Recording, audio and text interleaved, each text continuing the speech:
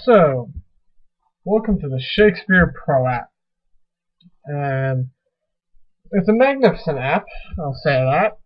It's a good app for getting into Shakespeare. As a student, you can really use it. It has a lot of fun features for students. So, let's get into the app. Why not? Here's the app's main screen, really. It starts out on the plays. You can scroll through them as you see the balls at the bottom there.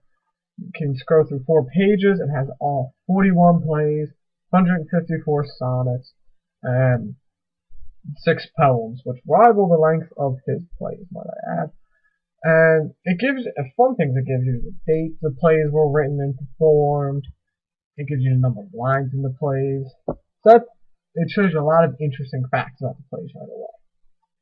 And as you can see, you got the number of options, the concordance, the passports, settings. I didn't get the Pro one because unfortunately I didn't have $10 to spend at the time, believe it or not. So if you ever want to upgrade, there's a little button right at the top that you can hit to upgrade to Pro and spend $10. The features you have without the features you lack would be about, portraits, glossary, quotes, facts, and scansion. They're just extra details you really don't need. You could argue you need the glossary, but I'll get into that later. Just about the app. Portraits of Shakespeare. There's many portraits of Shakespeare, and we don't know what he really looks like. So it's interesting to see how many people thought he looked.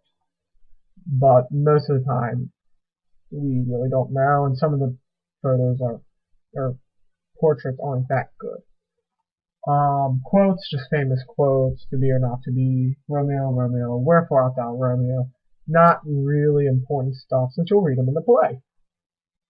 Facts, just random facts about Shakespeare. They're nice, they're interesting, but they're not necessary. And Scansion, that's just an odd feature that helps you keep meter in the plays and the poems and such because they're written with a specific meter and such, but they're just superfluous details. You don't need them. Anyway, the concordance is one of my favorite things because it can really help a student with research papers. You can search just a phrase or a word and it gives you all the listings for that combination of words. Like the winter of our discontent, which is from Richard III, Act 1, line 1. It's the first line of the play. And it's right in it.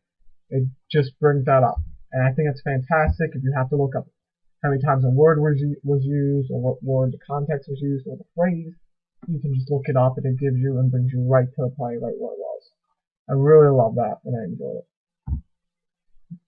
Here's what the play looks like inside. I edited the colors in it a bit to make it easier on the eyes because it was just stark white on stark black and it killed your eyeballs.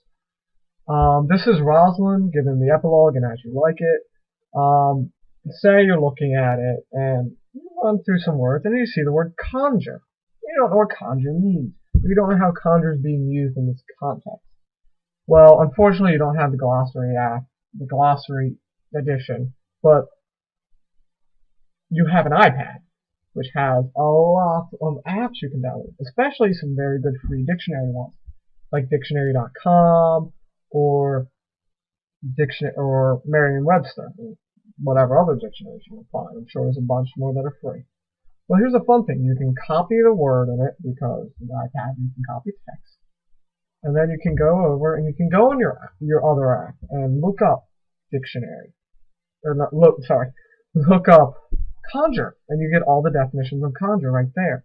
It just works. I mean, the iPad is built, even if you don't have all the options you need, you can supplement it with things that are available for that option. So it's really, really useful. And yeah, this is my little summary and little tutorial of how to use this app. It's really good. I enjoy it. And I hope you will too.